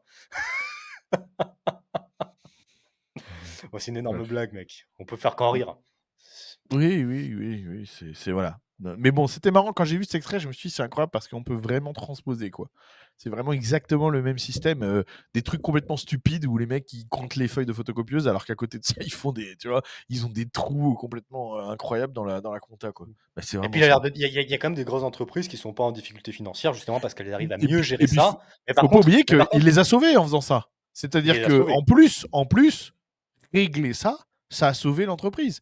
Donc ça veut dire qu'on peut aussi sauver la France comme ça, financièrement je parle. Hein. Dans un cadre privé, tu peux la sauver comme ça. dans un cadre public, en fait, il faut juste tout faire sauter parce que, Oui, encore une fois, on en revient à la chose que, heu, un ministère, par exemple, français, un ministère de l'écologie et de la transition écologique, cette merde, ça ne pourra jamais être efficace parce que c'est l'argent de oui. personne. Il y a personne qui met sa vie en jeu, il y a personne qui met ses investissements en jeu, il y a personne qui perd le moindre euro qui travaille là-dedans. Donc la seule solution, c'est de faire sauter ce ministère. C'est pas juste de l'optimiser. En fait, la grande différence avec les entreprises, c'est que déjà, tu as des entreprises qui gèrent bien. En plus, c'est leur argent, donc si elles perdent de l'argent, c'est leur problème. C'est le problème des actionnaires, des gens qui ont investi là-dedans, des directeurs, etc. Et au-delà de ça, bah, elles ont cet incitatif à bien faire. Sinon, elles font faillite, Non, contrairement à mais l'État. ce que je voulais montrer par là, c'est que ça fonctionne. Tu vois ce que je veux dire? Cette refonte. C'est une preuve à mini-échelle que ça fonctionne. Puisque ils allaient couler, ils allaient disparaître. Il a changé, il a coupé les dépenses, etc. Il a sauvé l'entreprise. Donc c'est bien une preuve que c'est la direction dans laquelle il faut aller. C'est-à-dire que ce soit à leur Ah échelle oui, ou à oui, oui. l'échelle de la France, ça fonctionnerait. Tu vois, ça a fonctionné pour Nissan, ça fonctionnerait pour la France. Tu vois, c'est ça que je veux dire. Ouais, c'est ça. En fait, je pense que la différence, et après je terminerai là-dessus, la différence, c'est que Nissan, en fait, ils peuvent ils peuvent faire des économies générales pour l'entreprise, mais pour la France, en fait, il faut carrément fermer 70% des Ah départements de oui, oui. l'entreprise. Mais C'est carrément, je vais c'est carrément, répondre. c'est carrément fermer des départements. C'est pas juste faire des économies globales pour l'entreprise. Je te laisse répondre, vas-y. Je vais répondre à un commentaire qui est intéressant dans les commentaires où il y a un mec qui dit mais les 200 milliards d'évasion fiscale par an, on en parle. Alors déjà, ce chiffre, bon, peu importe, même si c'est vrai. Mais c'est très bien ça. Parce qu'en fait, on a déjà beaucoup trop d'impôts qui rentrent dans les caisses, en fait. Donc en fait, le problème, c'est pas d'avoir plus d'argent qui rentre dans les caisses. Le problème, c'est comment on la dépense. En fait, ces gens, nous, si on nous écoute, ils n'auront pas besoin de faire d'évasion fiscale parce qu'en fait, ils n'auront pas à payer ces impôts. C'est-à-dire qu'il faut réduire le budget, pas l'augmenter. Il faut réduire le budget et réduire les dépenses. Donc, il n'y a pas d'argent à aller gratter dans l'évasion fiscale. Donc, je veux dire, cette évasion fiscale, on s'en fout de ça. Ça, c'est justement, c'est le truc de la gauche de dire il faut encore plus de budget et en fait, il faut aller chercher chez les riches qui n'acceptent pas de payer. C'est-à-dire qu'ils payent déjà des milliards, mais il faut qu'ils payent double de milliards. Mais non, en fait, il faut qu'ils payent moins, beaucoup moins, et il faut que nous, on dépense beaucoup moins. L'argent, il est allé chercher dans les dépenses, pas Mais non, mais dans oui, les oui, oui. recettes. Quand tu as C'est pas en déjà augmentant les recettes. Si on augmente les recettes, en fait, là, c'est 100 milliards d'évasion fiscale, ils les payent en France, ça va être dépensé immédiatement dans de la merde. Ça va rien changer. Est-ce que tu préfères que ces 100 milliards ou 200 milliards, ils restent dans les caisses des entreprises qui vont investir, faire de Eh l'innovation, oui. offrir du travail, développer l'économie française, offrir des opportunités à tout le monde? Ou est-ce que tu préfères que ce soit géré par des putains de fonctionnaires, des putains de politiciens qui vont tout dilapider à des fins électorales et à des fins personnelles? Comme il a dit, le seul problème là-dedans, c'est ceux qui prennent des aides au développement. Ça, c'est notre argent. Le reste, c'est pas notre argent. Ouais. C'est Ah leur ouais. argent. C'est pas notre argent. Ils nous volent rien. Ceux qui nous volent, c'est ceux qui prennent notre argent et qui le dépensent dans les chèques vacances de la CAF, dans les règles pour les châteaux de sable, etc., etc., etc. C'est eux qui nous volent notre argent. Donc ça, c'est un réflexe de gauchiste de dire oui, mais l'évasion fiscale, on s'en fout de l'évasion fiscale. Ce n'est pas notre argent. Tu vois. On n'a pas besoin de plus d'argent. On a déjà un budget qui est complètement faramineux. On a un Oui, les budget qui est 40 millions équivalent. pour bouffer les insectes, je suis d'accord aussi. Oui. On a un budget qui est un budget de dépenses publiques qui est équivalent au PIB de l'Espagne. Est-ce que vous pensez qu'en rajoutant 100 milliards sur les 1400 ou 1500 milliards de dépenses publiques annuelles, ça va vraiment changer quelque chose à la situation en France? Et au contraire, je vous le répète encore une fois, les gars, l'argent qui n'est pas le vôtre, vous n'avez aucune raison de le prendre. Il n'y a aucun principe à prendre l'argent de quelqu'un qui l'a gagné honnêtement. Et Ouais. de deux, il vaut mieux que ça reste entre les mains des créateurs de richesse qu'entre les mains des dilapideurs de richesse qui Ah, sont tout à l'État. fait. Tout à fait.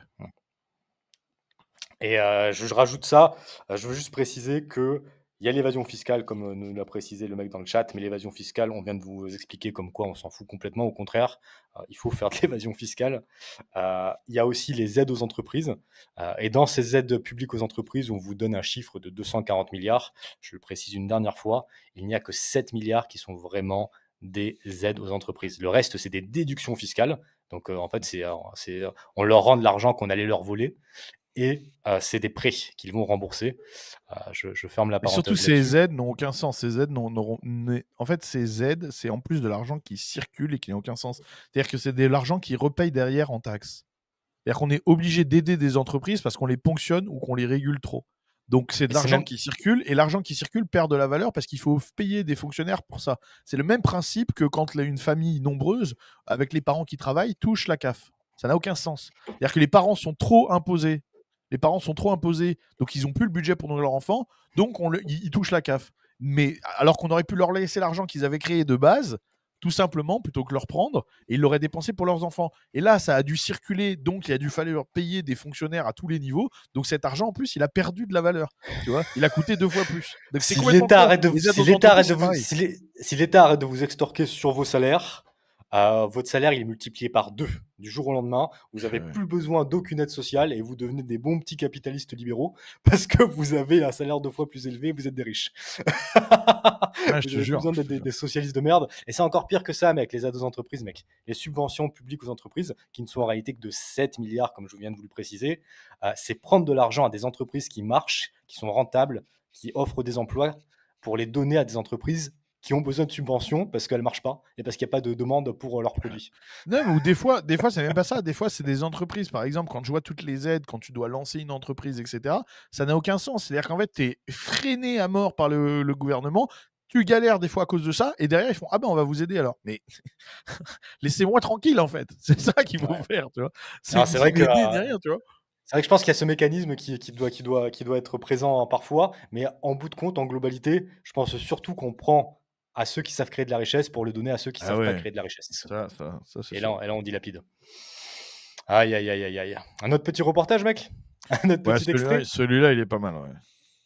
Let's go. Ah oui, putain, il fait mal à la tête. Hein. J'ai galéré à Celui-là, l'écouter. incroyable. Je veux préciser qu'on montre l'extrait de ce reportage sur les normes absurdes concernant les potelets pour malvoyants, le terme précis, qui sont des éléments de mobilier urbain conçus pour améliorer la sécurité et l'accessibilité des espaces publics pour les personnes malvoyantes. L'administration a imposé une norme en 2007. Les modèles originaux sont jugés trop petits, donc dangereux. Les villes ont donc l'obligation d'augmenter leur taille. Mais 5 ans plus tard, l'administration change d'avis. Elle abaisse la taille minimum de 10 cm et exige que la partie blanche soit plus importante sur certains modèles. Et la logique, elle est où dans ces changements de réglementation alors?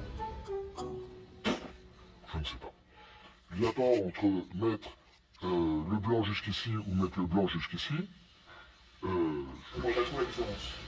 C'est pour les malvoyants, c'est normal, hein, mais même les malvoyants, je pense, ne voient pas trop la différence. Et ce n'est pas tout. Même pour un professionnel comme lui, comprendre la réglementation sur les potelets relève du miracle. Un contraste en luminance est mesuré entre les quantités de lumière réfléchies par l'objet et par son support direct ou son environnement immédiat ou entre deux éléments de l'objet. Là, on conjecture sec. Hein. Pour vous, c'est un peu incompréhensible. Surtout pour moi, parce que les autres s'en foutent, mais moi, il faut que je le fasse. Hein. Décret, arrêté, ordonnance, pas moins de 400 000 normes régissent la vie des collectivités. Les appliquer coûte près d'1,5 milliard d'euros chaque année. Ça coûte 1,5 milliard, ça fait chier tout le monde. Attends, mais mec. Nos industries galèrent parce qu'elles sont obligées de respecter des normes de merde, mais on fait rien.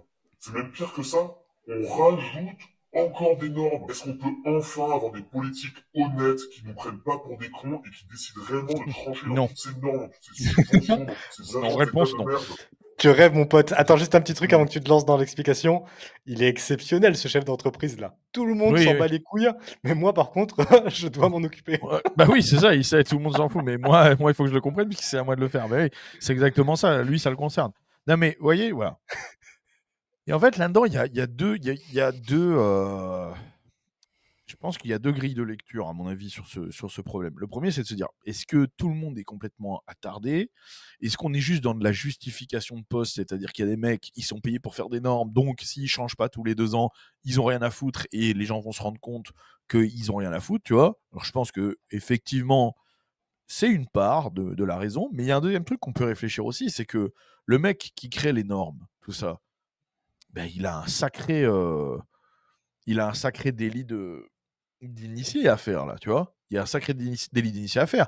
Vous mettez des normes pour les poteaux, ok? Ils doivent être à 70 cm avec 16 cm de blanc, ok? Tout le monde crée ça, vous installez ça pendant 1 an ou 2. Vous décidez de changer. Mais avant de décider de changer, vous allez voir un chef d'entreprise qui crée les poteaux et vous lui dites, écoute, tu me donnes tant, et moi je te donne les normes 6 mois en avance ou 1 an en avance. Comme ça, au moment où ça change, tu peux prendre le marché direct parce que les tiens, ils sont déjà prêts et ils sont déjà aux normes. Tu vois, Tu vas augmenter comme ton ça, chiffre d'affaires de 2 tant que millions d'euros, tu me files un petit 100 000 et le puis au bout de marché, 3 ans. voilà, et Mm. toi, exactement. Et je pense très honnêtement que c'est une des explications possibles. C'est qu'il y a des hauts fonctionnaires qu'il y a des fonctionnaires, pardon, qui sont, à mon avis, dans ce genre de magouille. Parce que, honnêtement, comment on justifie ça? Comment le mec. Alors, il y a aussi un truc à prendre en compte, ces gens n'ont jamais à rien justifier. Hein. C'est le principe des fonctionnaires en France. C'est-à-dire que le mec, là, on peut se foutre de sa gueule autant qu'on veut. On peut faire 15, il peut y avoir 15 émissions télé dessus, etc. Il n'y a jamais un mec qui va devoir se présenter face caméra et dire voilà, je suis celui qui a fait ça et voilà pourquoi. Non, il n'a rien à justifier et personne ne saura jamais qui c'est. Vous pouvez le croiser tous les jours à la boulangerie et vous n'en savez rien. Donc, c'est ça qui est génial, c'est que les mecs, de toute façon, ils peuvent faire tout ce qu'ils veulent. Ils sont absolument intouchables. Ah oui, mais c'est ça, c'est les intouchables, c'est les apparatchiks de la société française. Et les mecs peuvent faire ce qu'ils veulent. Ils ont fait couler des sociétés, ils font perdre des milliards d'euros à tout le monde, mais c'est pas grave, il s'en bat les couilles. Il s'en fout, lui, il prend son chèque, il a toujours ses 12 semaines de vacances par an, son logement de fonction, tout ce qu'il veut. Il s'en va. T'imagines, mec, si t'étais le chef d'entreprise là, de cette entreprise, t'as envie de le retrouver, le mec, et de Bah oui, mais il pète des plombs, de toute Je façon. deviendrais fou. Il pète des plombs. Mais qu'est-ce que tu veux qu'il fasse? Tu vois? Tu te bats contre Dieu, tu ne peux pas te battre contre l'État français. C'est pour ça qu'il y a plein de mecs comme ça qui revendent tout et puis qui se barrent à l'étranger. Ah ouais, c'est ça. Ils ont plus envie de faire ce genre de choses. Bah, tu m'étonnes. Ouais. C'est logique. C'est logique. Le mec, il a gardé de l'humour. Il a gardé du sarcasme.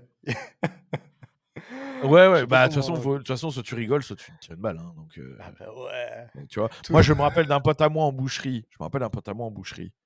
Ils reçoivent un truc pour les ampoules des vitrines. Donc, tu vois, tu as les vitrines où il y a la viande. Tu sais, on bouge dans les bouchers, là. Ils ont des vitrines où il y a toute la viande. Là. Et bah, faut savoir que les ampoules, c'est une norme. C'est une norme pour les boucheries. Il y a une norme, il y a un mec qui est payé pour dire quel type d'ampoule doit être utilisé. Ne me demandez pas pourquoi. C'est-à-dire que tu pourrais éclairer à OLED, à l'halogène, même avec des torches, tu vois ce que je veux dire, avec de l'huile de baleine. Qu'est-ce que ça change, bordel de merde? Non mais, même si éclairé à la bougie, qu'est-ce que ça peut foutre? Ce qui compte, c'est que la vitrine, elle sera réfrigérée. La façon dont la viande est éclairée, ça n'a aucun sens, aucun impact sur l'hygiène. Et bah, c'est réglementé. Donc, et c'est toujours des trucs chers. Même si ça avait un impact, mec, tu fais ce que toi, en tant qu'individu, dans ton business, tu penses le mieux pour toi. T'as pas besoin d'un mec qui vient te dire comment faire. Mais c'est sûr, parce que si la viande, elle est avariée, de toute façon, les gens, ils vont vite le voir. Ils vont pas acheter. Tu vas perdre tes clients, tu vas faire faillite. Ils vont être les clients. Et puis, si quelqu'un s'intoxique à cause de ta viande, tu devrais être responsable pénalement de toute façon. C'est ça. Je sais pas si l'ampoule elle apporte un risque, d'électrocutement, disons. Oui, pourquoi t'achèterais ça alors qu'il y a tout 10 000 autres et si jamais ça arrive, t'as fait de la merde, c'est ta propriété, tu la perds. Et si jamais tu fais du mal à quelqu'un, bah, t'es responsable. Ouais. Bref, donc il change toutes les ampoules et tout parce que c'est normé et tout. Ben allez, bim, 1 an plus tard, non, c'est plus les mêmes. Putain, je pensais que c'était fini l'histoire. Et les mecs, ils ont je sais plus combien de vitrines, parce qu'en fait, c'est des mecs qui font les marchés. Tu sais, donc, ils ont genre 10 mètres de vitrine dans un marché, 14 mètres dans un autre, etc. Donc, c'est des sommes de fous. Une fois qu'ils changent tout, c'est des ampoules ultra chères et tout, et ben, 1 an plus tard, on leur dit bah, finalement, maintenant, c'est une nouvelle norme. Tu vois, il y a un mec, vraiment, son boulot, c'est de changer les normes sur les ampoules. Et ça, c'est inexplicable d'un point de vue logique, juste. Tu vois, d'un point de vue bien commun, il n'y a pas d'explication. Donc, c'est forcément soit de la justification de poste, soit du délit d'initié. Il n'y a pas d'autre solution. En tout cas, moi, si vous avez une autre tu ne penses pas aussi que c'est du socialisme mental, on est la République, on veut tout contrôler. On est le mec qui change la norme, le fait de changer les normes, de dire non, finalement, c'est cette ampoule. Mais lui fait partie de cette petite religion républicaine où on est le bien, on décide de tout pour vous. Parce qu'après, regarde, quand tu changes pas bien l'ampoule, regarde ce qui se passe. Regarde ce qui se passe quand tu changes pas bien l'ampoule. Ou du moins, regarde ce qu'ils font pour aller vérifier que les gens aient bien les bonnes ampoules partout. À Cassis, voici la cible de ces inspecteurs de l'URSSAF. Les cafés-restaurants contrôlés de manière inopinée. Si vous avez le registre personnel. Oui. Il est midi quand les agents pénètrent dans cet établissement pour traquer le travail au noir. Le restaurateur perd patience. On est en plein service et ça me gonfle. Voilà. Les gens, ils attendent tous et ça me gonfle. Il n'y a rien qui sort de la cuisine et ça m'emmerde. Il faudra une quinzaine de minutes aux inspecteurs pour interroger tous les salariés et passer au peigne fin leurs conditions de travail. 15 heures, vous avez signé un contrat de travail. Oui. Votre rémunération. 2200 €. Tout a l'air sain, enfin, voilà, il répond aux questions. Par rapport aux rémunérations, ça correspond largement à ce qu'il déclare au niveau des jours de travail et des horaires de travail. Donc ça a l'air très carré. Juste pour vous montrer que c'est ça. Juste pour vous montrer que c'est ça le spécimen de bon petit républicain. Ah, moi je l'ai vécu, hein. Je l'ai vécu en boîte de nuit. Putain. Deux fois en tant que videur, je l'ai vécu. Et attends, hein, carrément, ils ont sauté les barrières de la boîte de nuit. Ils sont rentrés dans la boîte parce que sinon, ils peuvent pas rentrer. C'est la porte. Parce que, écoute, la boîte de nuit, la porte, elle est fermée, forcément, avant qu'on ouvre. Donc, il est minuit. On va ouvrir. Il y a une file de clients, tu vois, devant. Je te raconte. Hein. Okay. Il y a une file de clients devant qui font déjà la queue pour être à l'ouverture de la boîte de nuit. Nous, on est en train de se mettre en place. Donc, les portiers, les videurs à l'intérieur, les serveurs, tout le monde, tu vois. Ok, tout le monde est en train de se mettre en place. Si jamais il y a l'URSSAF qui arrive et qui toque à notre porte, tu vois, en disant c'est un contrôle URSSAF, bah nous on peut très bien dire oui, attendez 5 minutes, on ouvre quand on veut, et tu vois, on pourrait planquer s'il y a des mecs au black et tout. Donc comme ils savent ça, ils rentrent par genre les sorties de secours, ils sautent à barrière et tout, ils sont rentrés dans la boîte, mais je te jure, en agent du FBI, hein, ils sont rentrés dans la boîte et tout, et alors ça a duré 1 heure, nous, parce qu'il n'y avait pas 4 mecs qui travaillaient là. Parce qu'il fallait contrôler les cartes pro des agents de sécu, il fallait contrôler les contrats de travail des serveurs, et pendant ce temps-là, tu as les clients qui étaient dehors, tu vois, qui attendaient, tu vois. Putain, je te jure. Et nous, on était là, il y avait une petite merde. Mais vraiment la salope par excellence. Une espèce de petit boomer de merde, tu vois, avec une calvoche et des lunettes. Une merde grassouillette. Et il était en face de nous et il nous regardait mal. C'est lui qui s'occupait des cas. On attendait, je sais plus, les contrats de travail ou je sais plus quoi. Il était au milieu des videurs. J'avais une équipe. Il n'y avait que des monstres, tu vois. On était autour de lui. Si on voulait, on faisait un, tu vois. Là, en fait, si on s'énervait, on faisait un tennis ballon avec le gars, quoi. Si vous voulez, on pouvait faire une passe à 10 avec le mec, tu vois. Et le gars, il était au milieu et il nous toisait et tout. Il nous regardait et il nous parlait mal. Et je me disais, mais tu vois, ce petit pouvoir de nuisance, ça, ces gens-là, c'est vraiment.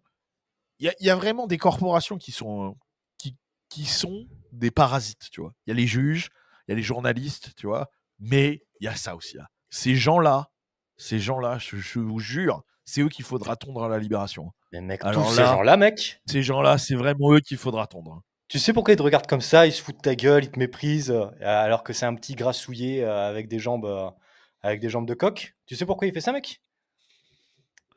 Non. Parce que derrière, il a toute la force de l'État, toute la force de la République. Évidemment, tu vois. Il est intouchable, ce fils de... Évidemment. Putain de merde. Et c'est exceptionnel, ton histoire. Les mecs, ils font chier constamment. Et je voulais vous dire, je les vois les gars dans les commentaires là, qui vont débarquer en mode oui, mais c'est important pour les droits du travail, pour s'assurer que les employés ne sont pas abusés, etc. Ça, c'est de l'énorme merde. Les contrats de travail, c'est de l'énorme merde. Toute cette législation autour de l'emploi. Si tu as envie de travailler pour quelqu'un en échange d'un salaire, tu le fais. Si tu n'es pas content, tu vas travailler pour quelqu'un d'autre. Et dans une société libre, ne venez pas nous parler des travailleurs clandestins, parce que si les travailleurs clandestins, ça devrait être contrôlé comme ici par ICE, ça devrait être contrôlé par une police spécialisée là-dedans, qui viendrait, s'ils ont des soupçons de clandestins, ils viennent arrêter les clandestins. C'est pas une question de contrat de travail, c'est une question de légalité sur le territoire. Si les frontières étaient fermées, contrôlées, et que les clandestins étaient foutus dehors, il n'y aurait pas besoin de ce genre de choses. Donc là, on vous parle pas de ça. C'est deux choses différentes. Faire chier un Français. Et il y a aussi autre chose, c'est que si les patrons n'avaient pas un énorme désavantage à embaucher les gens légalement, il n'y aurait pas autant de travail au noir, tu vois. C'est-à-dire que si les charges, parce qu'un patron avec un travailleur au noir, il a des avantages et des désavantages. Les désavantages sont compensés par l'énorme fait qu'il esquive les monstrueuses charges sociales. Mais si les charges sociales étaient ridiculement petites, eh bien, il aurait plus d'avantages à être protégé par un contrat de travail, tu vois, et donc il n'embaucherait pas au noir. Moi, ici, par exemple, je ne connais personne qui embauche au noir. Les gens veulent surtout pas embaucher au noir parce qu'ils se disent, voilà, légalement, je vais pas me mettre en un, il n'y a aucun intérêt, alors que les charges sociales sont toutes petites, tu vois. Le jeu n'en vaut pas la chandelle. Le jeu n'en faut pas la chandelle. Donc, il faut pas inverser la situation. Il y a autant de travail au noir parce que c'est impossible d'embaucher du personnel légalement. Ça coûte un bras, tu vois, et que c'est insupportable. Et que le mec, quand il a un contrat de travail en plus, il est impossible à virer et tout. Bref, il n'y a que des désavantages. C'est ça aussi, tu vois. Le Texas, c'est la preuve parfaite que dans les pays où il y a moins de cotisations, où il y a moins de réglementation, où le marché du travail est le plus flexible, en bout de compte, les gens ont des bien meilleurs salaires. Il y a des meilleurs salaires et puis il y a un taux de chômage qui est beaucoup plus bas. Enfin, il y a plein de choses. Hein. Ça change tout.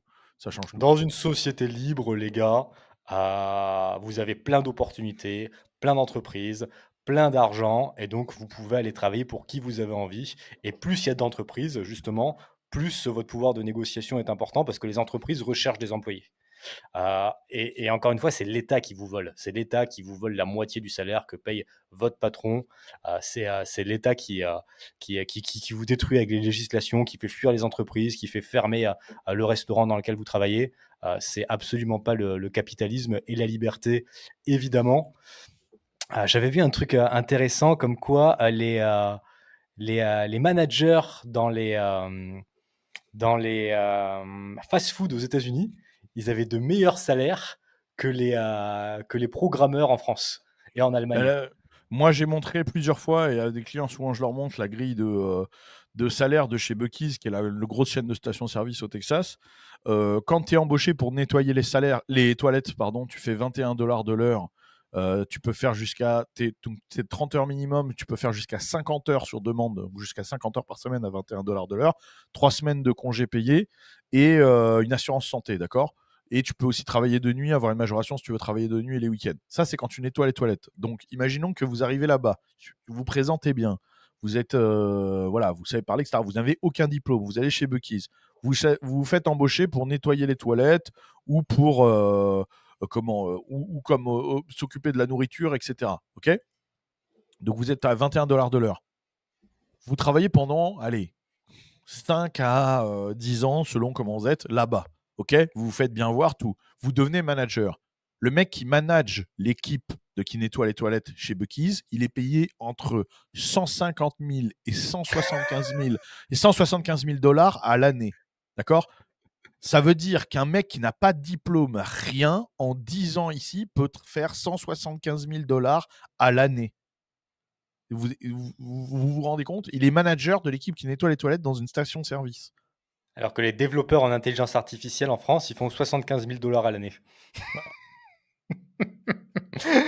Là, c'est le salaire moyen des managers de In-N-Out. C'est une chaîne de In-N-Out, c'est une chaîne californienne de fast-food qui est présente dans tous les États-Unis. Ouais. Ils gagnent 130 000 dollars à l'année. Et être manager dans un fast-food, c'est pas exceptionnel. Hein, c'est un emploi bien normal.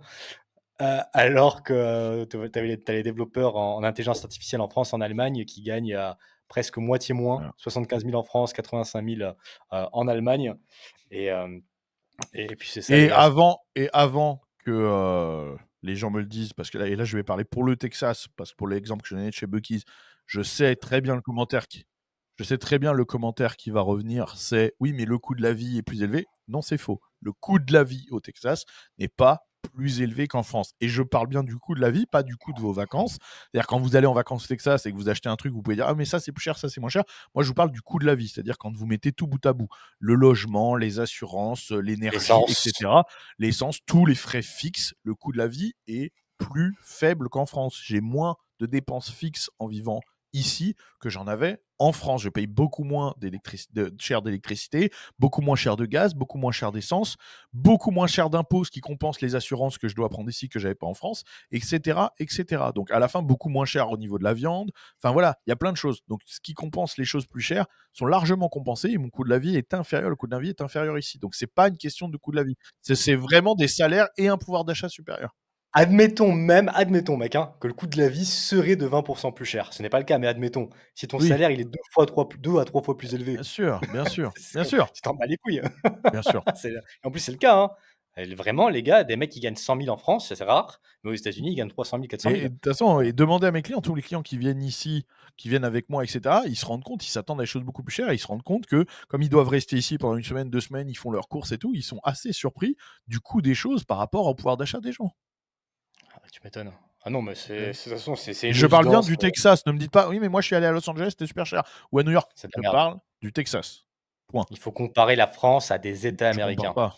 Ouais. Les États-Unis, enfin le Tennessee, la Floride, le Texas, qui n'ont rien à voir avec l'État de Seattle, l'État de New York ou la Californie. Oui. Ouais. Attends, je vais juste répondre à un commentaire avant qu'on passe à ça qui me demande, Baptiste, tu as remarqué des différences sur la qualité de la viande dans les supermarchés au Texas? Alors, c'est intéressant comme truc parce que justement, en fait, on réfléchit souvent comme ça parce que comme il n'y a pas autant de législation sur la production la viande aux États-Unis qu'en France, on se dit automatiquement il y a que de la merde. Alors déjà ça c'est un réflexe encore de gens qui ont grandi dans un environnement socialiste et donc qui se rendent pas compte que libre ne veut pas dire toujours tirer vers le bas.